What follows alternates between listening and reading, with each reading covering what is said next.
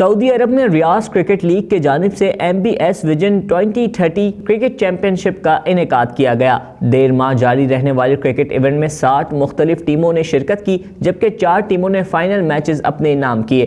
سعودی عرب کے دارالحکومت ریاض میں ریاض کرکٹ لیگ کے جانب سے وزارت محنت اور سعودی کرکٹ سینٹر کی معاونت سے سعودی ولی عہد محمد بن سلمان کے ویژن 2030 منسوب ایونٹ میں 60 کرکٹ ٹیموں نے حصہ لیا اور 1.5 ماہ تک سنسنی خیز مقابلے ہوئے، جبکہ آخری روز فائنل میچز میں کھلاڑیوں نے شاندار کھیل پیش کیا۔ فائنل میچز جیتنے والی ٹیموں میں ارکان اسپورٹس 11، لاہور بادشاہ گرین، مالاکنڈ گرین اور ایشین 11 شامل رہیں۔ تقسیم انعامات کی تقریب میں ملٹی نیشنل کمپنیوں کے اسپانسر سمیت RCL کے deputy pattern in chief Jawad Salman Al Khalifa اور CEO اور سلمان جواد الخلیفہ نے چیمپئن کے مین آف دی سیریز اور مین آف دی میچ سمیت فائنل میچز کی فاتح ٹیموں میں انعامات تقسیم کیے۔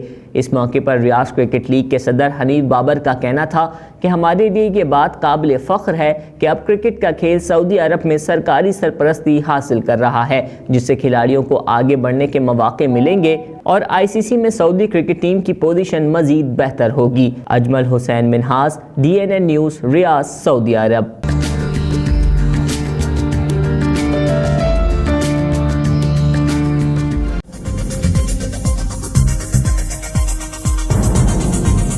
نیوز سے اپ ڈیٹ رہنے کے لیے ہمارے چینل کو سبسکرائب کریں اور بیل آئیکن پر کلک کریں۔